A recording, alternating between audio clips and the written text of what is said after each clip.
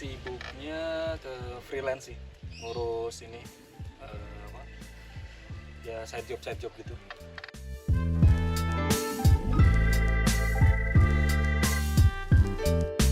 Awal mula justru sebenarnya itu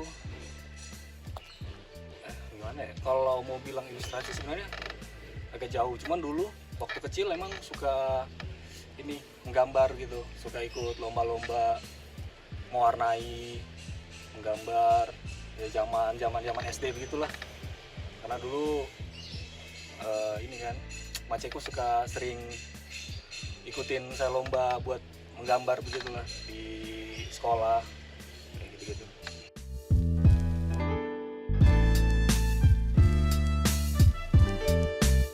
Kalau dari Pace sendiri sebenarnya nggak ada sih sebenarnya.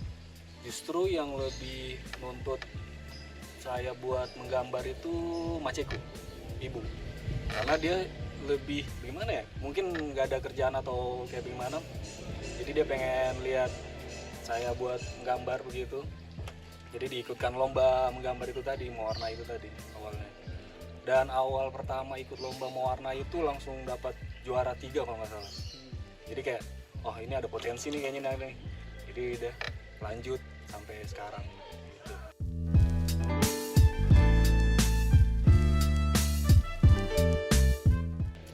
Kalau mau bilang style, saya ketemu styleku sendiri itu pas SMA kalau nggak salah.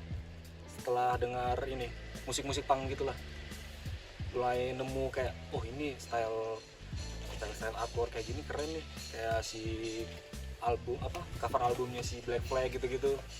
Nah itu sih awal mula nemu style itu dari situ. Soalnya dulu pertama itu waktu ngikut lomba-lomba, yang sering ngikut lomba gambar gitu, lebih ke realis gitu-gitu, kayak surrealis, lebih ke situ sih, lebih ke anatomi orang-orang gitu, sama ya lebih kayak kritik-kritikan apa ya, ekonomi yang kayak gitu lah, lebih ke situ sih dulunya, lebih ke realis.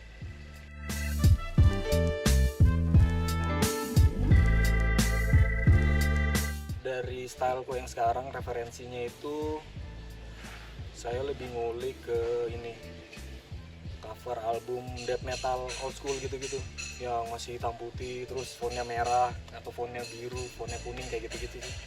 Lebih suka lihat yang kayak dulu-dulu gitulah, zaman-zamannya siapa gitu ya, kayak Sepultura awal-awal gitu-gitu.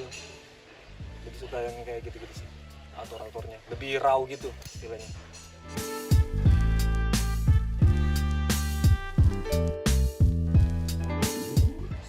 Satu logo, karena sekarang saya udah ketemu sama styleku tadi, jadi bisa mungkin kalau misalnya si kliennya kayak mungkin directionnya jelas itu, biasanya sih sampai sehari udah bisa jadi sih itu, sehari atau setengah hari gitu, 6 jam paling udah bisa jadi, udah bisa beres.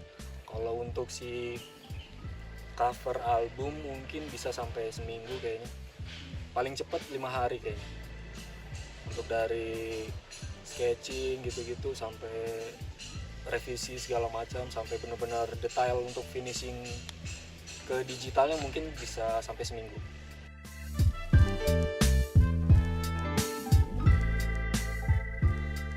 Misalnya band-band hardcore Indonesia gitulah, kayak si Insane gitu-gitu, itu biasanya mereka kirim lagunya, walaupun itu masih raw rekaman studio gitu, seenggaknya saya tahu mood dari si bandnya gitu, kayak oh bandnya ini mainnya hardcore terus moodnya agak kemana gitu, terus dia ngirim misalnya referensinya siapa gitu, dia pengen album covernya kayak ini. Jadi saya meruncing ke situnya sih, lebih ke meruncing ke si bandnya maunya apa kayak gitu. Dan setelah jadi dikirim sketsanya, biasanya mereka langsung suka sih, langsung kayak wah ini keren nih Lan, oke nih ininya, dapat istilahnya konsepnya.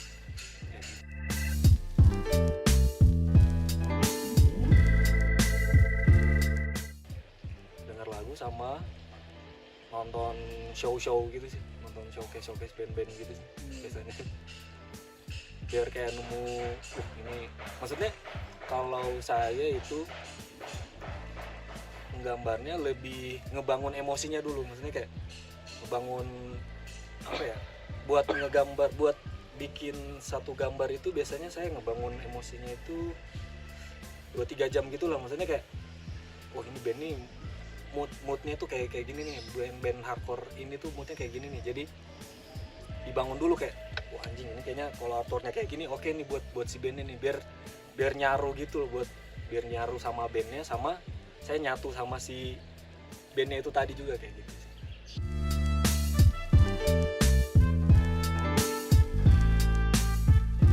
Itu semenjak saya pindah ke Jakarta, semenjak saya move ke Jakarta, belajar jadi profesional juga sama finance waktu kayak gitulah.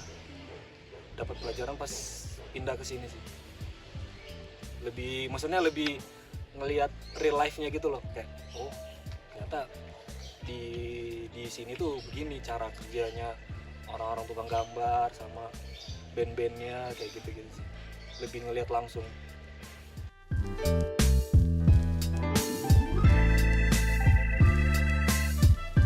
Belum terpecahkan sih sebenarnya.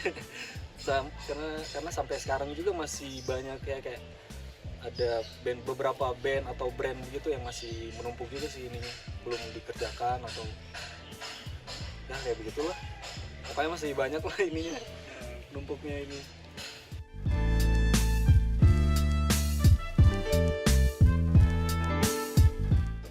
Sebenarnya idealis itu sebenarnya penting juga, cuman ya sebagaimana kau bisa menghidupi idealis dulu sih sebenarnya. Itu sih, kalau misalnya saya juga pernah gambar kayak yang di luar dari karakterku, pernah juga bikin band atau apa begitu, tapi yang kayak nggak saya upload kayak gitu pernah juga kok. Kayak di luar dari styleku juga pernah, banyak malah. Seru. Karena ya biar bisa menghidupi idealis itu tadi. Itu sih. Iya.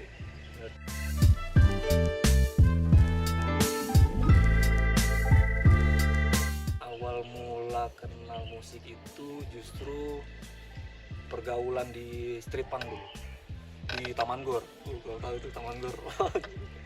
Zaman SMP ya, zaman SMP kelas 3. Gitu ketemu siapa? Tupai gitu kan. Ini abang-abangan sekali nih. Ketemu itu sih sampai belajar bisa kayak ternyata musik itu bukan cuman sekedar musik gitu loh, kayak musik itu sekedar bisa jadi kayak pergaulan juga, persaudaraan juga bisa. Ya lebih banyak dapat pengalaman itu pas di zaman SMP waktu ngepang itu sih. Setelah dari situ kenal hardcore itu pertama kali dengar si Minor Threat. Sampai apa namanya, dulu kan waktu di punk itu kan ini kacau loh, misalnya kayak mabuk gitu kan tiap malam apa, tapi saya kan yang kayak tidak suka yang kayak hal-hal yang begitulah, yang lebih kayak ke positif gitulah dulunya. Nah itu sampai disuguhkan kayak kau harus dengar ini nih, kayak Minor Threat ini karena dia hardcore punk tapi masih bersih gitulah. Nah awal mula dengar itu sih, sampai ke terusan sampai sekarang dengar hardcore-nya.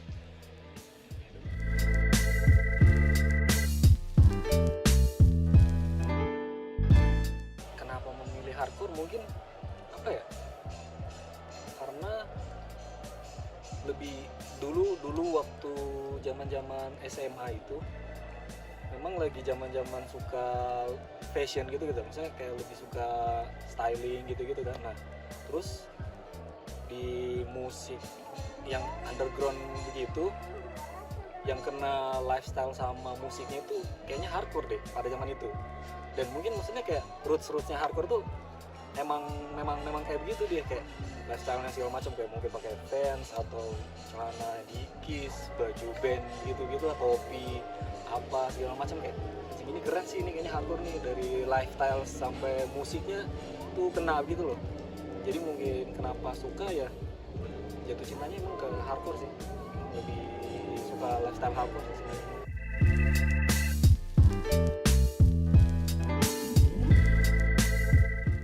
Kelas 1 SMA. 1 SMA itu umur berapa ya? Lupa deh. Namanya kelas 1 SMA sih, zaman-zamannya sih jaya-jayanya ini Strike Answer gitu-gitu. Untuk ya itu pertama ketemu mau ngeband itu sama si Wahyu Firmansyah, Jawa panggilannya. Zaman-zaman kalau hardcore. Cuman kalau ngeband pertama kali itu sama si Rizky Moncos dulu. Waktu bikin bukan Moncos sih. Itu sama si Ale. Itu bikin si Pangkritik. Nah, itu pertama kali ngeband itu. Bikin Pangkritik yang memang benar-benar street punk banget itu. Sama si Bona, sama Bintang. Bebas. Habis dari situ zaman SMA main hardcore-hardcorean, bikin band Tumai. Ketemunya sama si Jawa, Wahyu Firmansyah. Itu zaman SMA. Main hardcore punk yang agak inilah, agak nggak terlalu punk banget gitu, yang kayak Strike Answer. Terus pindah ke main ke kayak Raut gitu sama si Eki yang ngegitarin. Si zaman SMA sih lebih awal mula main band. Tapi dulu pertama kali itu memang suka nonton gigs gitulah. Zaman-zamannya si Palu Death Metal gitu buat acara kan, kayak zamannya kamu kayaknya. Kamu buat acara nonton terus, nonton sampai kayak buat band kayaknya asik ini, buat band hardcore. Karena dulu tuh waktu di Palu memang fokusannya orang-orang itu metal kan, memang rame-ramenya metal kalau zaman dulu. Jadi kayak pengen buat yang agak aneh begitu, kayaknya keren deh bikin band hardcore gitu. Dulu band hardcore yang paling apa namanya, yang paling favorit itu Veteransim sih. Nah, zaman-zamannya itu karena kayak Tupai kan ini anak punk banget kan dia. Ini keren ini kalau ada apa sih namanya, regenerasinya Veteransim ini kayak keren nih. Jadi buat itu kayak Tumai buat main band hardcore gitu, malah jadi nambah lifestyle gitu.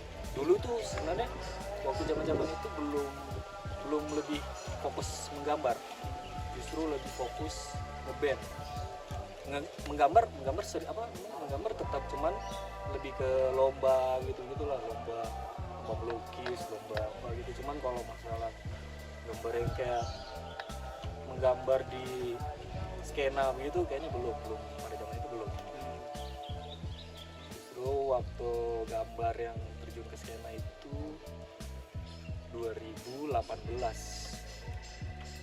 Iya, 2018 waktu pertama kali bikin Oshit. Nah, itu waktu pertama bikin kali Oshit itu di situ mulai ekspor. Gimana ya kalau misalnya nggambar tapi masih di ranah hardcore gitu. Nah, bikinlah Oshit, gambar sendiri cover albumnya, gambar layouting sendiri CD-nya segala macem. Udah jadi Oshit itu. Sampai kayak wah ini keren sih, ini jadi penyemangat buat menggambar di scene hardcore gitu lah.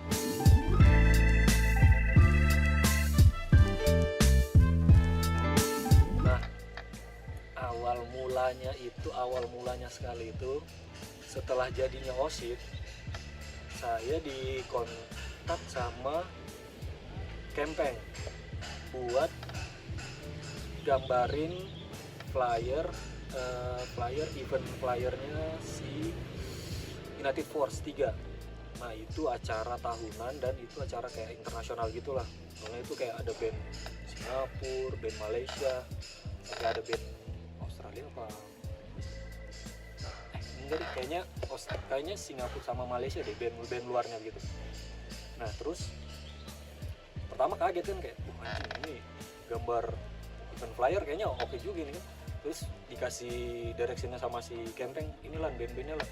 Pas lihat anjing ini band-band yang pernah saya dengar semua kan, kayak band-band keren juga, kayak boleh kayak saya bilang ke Kempeng, boleh Peng, ini kayaknya nanti saya gambar deh. Saya coba gambar kan, saya coba gambar buat si Kempengnya langsung mantap ini lan, tapi coba pakai style apa, pakai stylenya itu warnanya manual tapi diwarna pakai spidol. zaman itu. Nah dibikin kan, setelah jadi si campingnya langsung kayak wah ini mantap ini lan apa segala macam gitulah. Pas jadi di upload, sebelum buat si flyernya, si camping nawarin kayak gimana lan kalau Oship main di itu United Force. Gue bilang boleh aja sih, tapi coba aku tanya ke anak-anak. Pas tanya ke anak-anak Oship, mereka kayak serius lan kayak begitu, kayak masih kurang yakin begitu kayak ya. Terus saya kayak ayolah kapan lagi, maksudnya band Palu gitu loh, maksudnya Palu ini jauh, maksudnya Palu ini bukan salah satu titik destinasi tujuan kayak musik begitulah istilahnya kan, kayak bukan kayak ya siapa sih mau dengar band Palu gitu, maksudnya siapa sih mau dengar band luar istilahnya destinasi Indonesia tuh kayak saya Jawa kayak gitu lah maksudnya. Dan adanya ajakan itu saya kayak wah ini kayaknya semangat baru buat apa mendobrak itu tadi, maksudnya mendobrak itu tadi kayak musik Palu ini harus keluar juga loh kayak gitu. Aku bilang boleh Peng, tapi coba aku kondisikan ke anak-anak kan. Nah terus setelah itu saya kepikiran gimana kalau misalnya sekalian tur aja ini, maksudnya ketimbang biaya mahalnya ke sana, maksudnya biaya ke Padangnya kan itu lumayan mahal juga kalau nggak salah tiketnya. Dihitung-hitung kalau misalnya kita tur apa namanya tur 3 pulau itu tadi kayaknya sama aja untuk satu tiket ke Padangnya kan. Terus kepikiran bikin tur aja lah. Terus anak-anak ya ayo kalau memang mau ya 1 kali 1 lah istilahnya, kayak 1 kali 1 lah. Oke. Hitung-hitung oke. Ini kayaknya udah siap. Terus coba kontak si anak Balikpapan itu dulu, si Pandu, kontak si Bayu yang bisa Samarinda. Di Pulau Jawa itu aku kontak si Style Brand, siapa sih namanya, Anca Koteka Isdresen, vokalisnya Koteka Isdresen. Nah kontak dia, dikasih kontaknya di Sidoarjo itu dikasih kontaknya si drummernya Bizer, Gali, kontekan ke Gali untuk di daerah Sidoarjo Malang gitu. Terus di Bandung aku kontekan sama si Akber Aidas, drummernya Haramarah gitu dia, Haramarah sama si Dystopian Dog. Nah di Jakarta aku sempat kontak sama Bayu buat main di Your Traction tadinya, cuman di Jakarta nggak jadi yang main di acara itu. Jadi kontaknya itu sama anak siapa ya lupa. Pokoknya di Jakarta itu venue-nya di rumah apa begitu lupa. Sepanggung sama si Hauser masih gitu. Pokoknya terus ke Palembang itu main sama bandnya ini siapa sih? Kalau Rian ini bandnya Detention. panggung sama Detention. Terus di pulau dari Sumatera, Palembang kalau nggak salah. Nah Jambi aku kontak-kontakan sama si ini personilnya Live Trap. Nah terus tadinya Medan kan ini nggak masuk line up gitu kan, nggak masuk list tour. Tapi si Ito Madafaka minta kayak, wih lanjut aja kok ke Medan gitu kan, mumpung kok lagi di Padang apa segala macam gitu. Oh iya masuk aja ke Medan. Tapi di flyer kayaknya di flyer apa di mana? Oh di kaos kalau nggak salah, di Medan tuh nggak masuk list soalnya udah kecetak duluan kan. Tapi di flyer masuk, di Medan masuk, di Padang udah kayak anak-anak ayolah semangat kayak. Jadi cuman saya sendiri yang kasih semangat anak-anak gitu.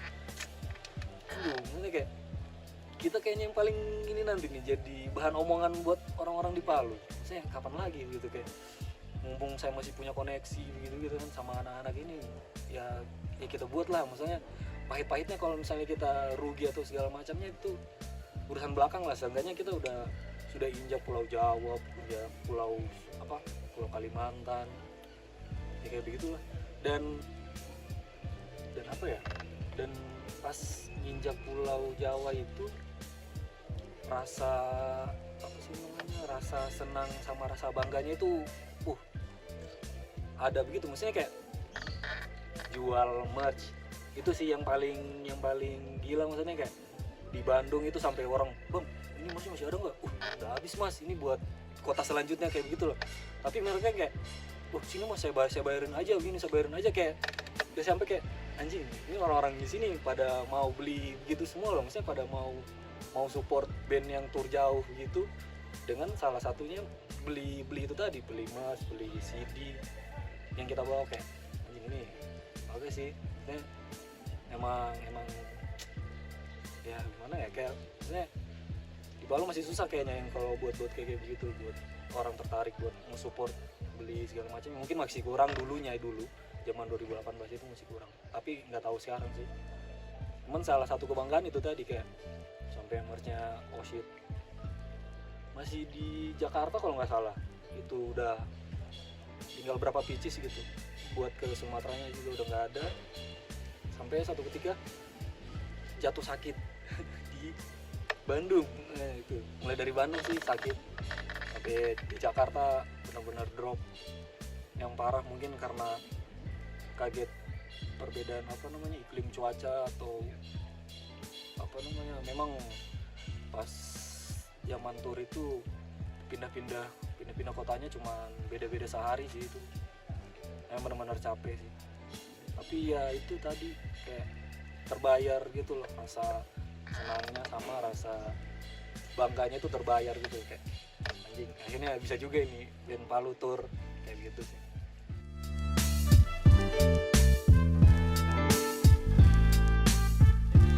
Si Defy sebenarnya lanjutannya dari si Oshit tadi sih kalau Defy terbentuknya. Dan kenapa bisa mengganti nama jadi Defy juga, karena faktor dulu pernah manggung tapi nama Oshit itu kayak agak kurang diterima gitu loh, manggung di acara corporate gitu-gitulah. Nah terus namanya itu kayak agak diganti gitu, jadi kayak I-nya diganti jadi tanda kutip gitu lah, jadi kayak PR yang kayak aduh ini nggak bisa sih, maksudnya mungkin zaman waktu itu kayak lagi panas-panasnya buat berontak gitu kan. Cuman makin kesini kayaknya band ini harus jadi apa sih, harus jadi bisa diterima semua orang gitu lah, dari persoalan nama atau apanya gitu. Jadi ya saya sama Wisnu sama anak-anak coba runding dulu, waktu itu masih ini yang main gitar masih si Wisnu, coba berunding buat gimana kalau misalnya album selanjutnya kita ganti nama jadi Defy aja. Terus mereka kayak oke deh, boleh.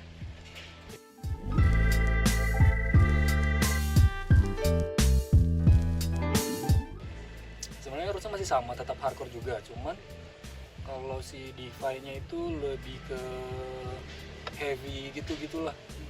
Kayak si siapa ya, Jesus Peace gitu-gitu, Tsunami mungkin yang sekarang lagi naik kan.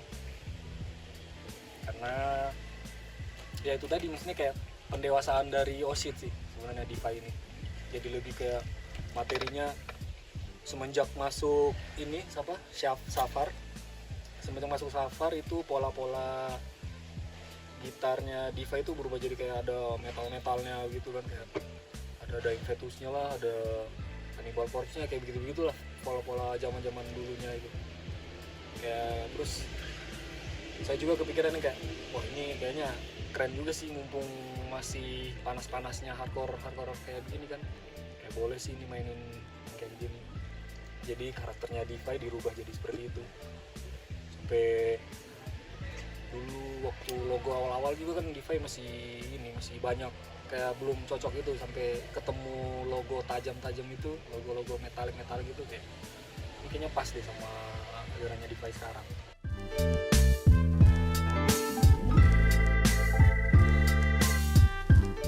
Dulu si Delphi pernah kontak saya buat garap garap flyernya Greedy Dust yang showcase di Surabaya kalau nggak salah. Nah itu si Delphi kontak kan, gambarin ini dong buat si flyernya Greedy kayak gitu. Udah deh, dari situ awal aku kenal sama si ini Greedy Dasnya, sama si Delphi-nya sih lebih kenal sama dia. Terus si Jaka juga pernah waktu tour Oshit juga sempat kenal sama Jaka waktu awal-awal Deezer. Nah ternyata si Jaka aja juga anak Greedy Das juga dia. Jadi makin kebangun lagi koneksinya, makin kayak oh ternyata udah pada kenal sebelumnya kayak gitu gitulah. Sampai saya bikin artworknya Out for Blood kompilasi yang dibuat sama Greedy. Nah kompilasi pertama itu Devi diajak main, diajak gabung maksudnya, diajak gabung di kompilasi itu. Kalian juga saya yang gambarin kan, itu awal mulanya bisa nyangkut sama si Greedy.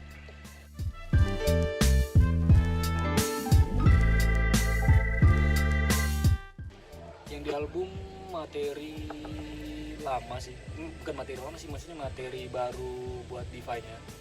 Cuman rekamannya itu bulan apa ya kalau nggak salah, tahun kemarin bulan Maret gitu kalau nggak salah, Maret atau April begitu si Devi-nya rekaman.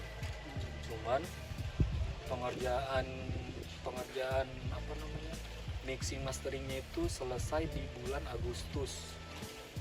Itu dulu waktu masih terkendala dana dan segala macamnya lah, sampai bisa beresnya itu di Agustus.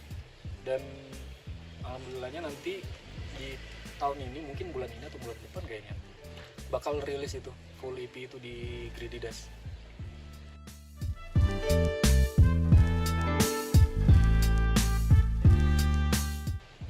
Udah pasti paten sih, maksudnya ilustrasi sama musik itu udah pasti nyangkut lah, karena dari apa namanya, kayak ada dua sisi gitu loh. Kalau orang mau dengar musiknya, kadang tuh harus lihat visualnya dulu, kayak ini visualnya keren nih, kayak misalnya metal gitu kan, ini visualnya keren nih, akar-akar atau apa segala macam gitu lah. Pas dengerin musiknya, mantap nih, ini nyangkut sama si covernya itu tadi. Kalau dari sisi pemusiknya, mungkin dia denger lagunya dulu baru nyangkut ke gambarnya, kayaknya gitu sih. Dan dua hal itu kayaknya tidak bisa dipisahkan gitu sih.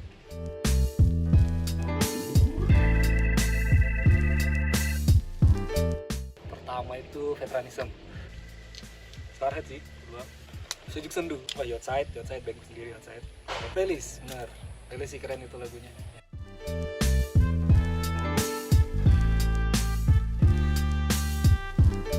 Kalau dulu tujuan itu sebenarnya kayak buat senang-senang aja sih, misalnya kayak senang gambarku bisa dipakai orang, misalnya kayak orang-orang luar gitu, kayak pakai gambar buat gambarku misalnya kayak dicetak di baju, kayak wah anjing, akhirnya ada anak mana nih yang pakai bajuku, pasnya pakai baju band itu tapi gambarku, kayak gitu lah. Cuman kalau sekarang lebih ke kayak mungkin ngebangun perspektif yang mungkin suatu hari nanti bisa hidup atau bisa apa namanya, bisa hidup dari ini sih, itu sih, bisa hidup dari ilustrator itu, bisa hidup dari gambar, dan mungkin bisa ke lebih bisa jadi salah satu patokan, apa namanya, bisa jadi salah satu referensi buat orang-orang juga, itu sih mungkin itu sih. Kayak pengen banget ngebangun karakter baru gitu loh di dunia ilustrasi, walaupun mungkin seni itu sudah mati, maksudnya kayak pengulangan, tapi seenggaknya punya karakter tersendiri sebagai seniman gitu lah.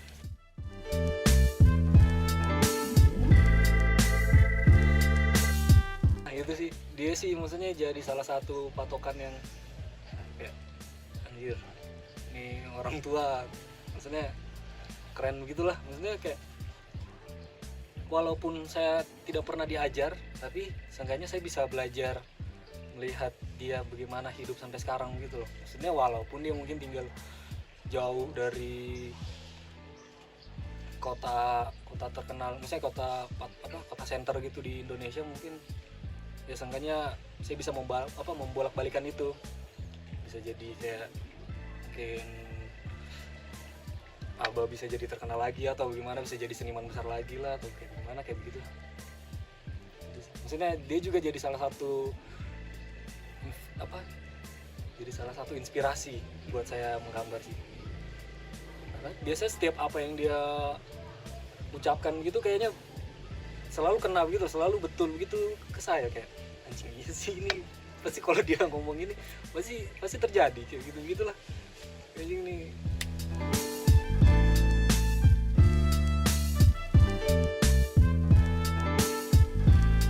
Tidak sih, cuman dulu waktu lomba-lomba iya kayak ini pelajari surrealis ini, teknik ini pelajari kayak gitu. Soalnya kalau yang pernah dibilang, maksudnya kalau kau sudah dapat teknik surrealis ini dan kau sudah bisa kuasai semua teknik itu, pasti kau sudah bisa, pasti gampang lah maksudnya, karena kau sudah dapat teknik surrealis itu tadi. Maksudnya surrealis itu kayak di luar nalar gitu, maksudnya kayak di luar kepala sekali sih itu.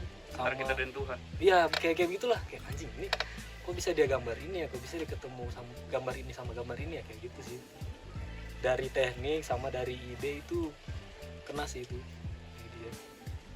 Makanya dari yang dia bilang itu kayak kalau kau sudah dapat teknik ini ya pasti semua teknik bisa kau kuasai sih.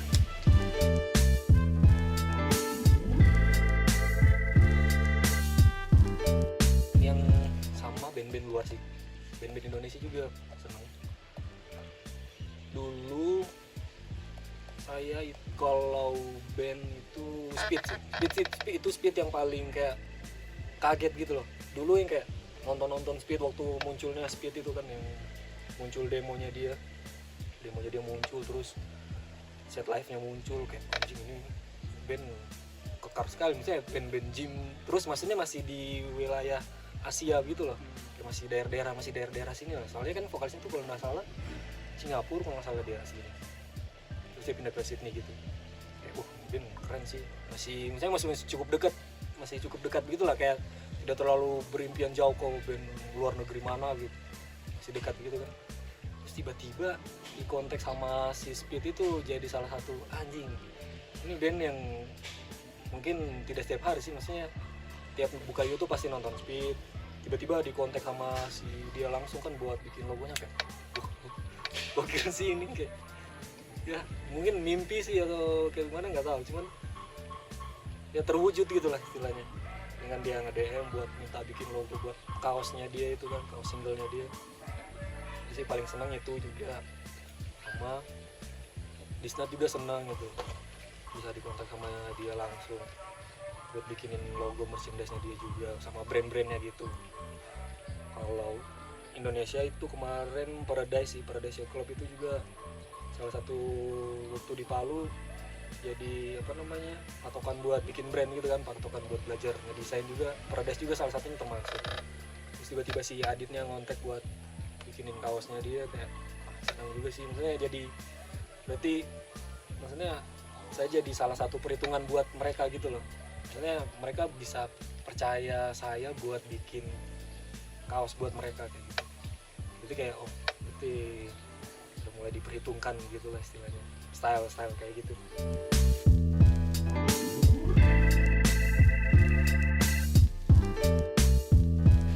Kalau untuk band Palu apa ya sebenarnya jangan takut sih, maksudnya jangan takut buat bikin karya, sama jangan takut buat tidak disuka sama orang, sama jangan takut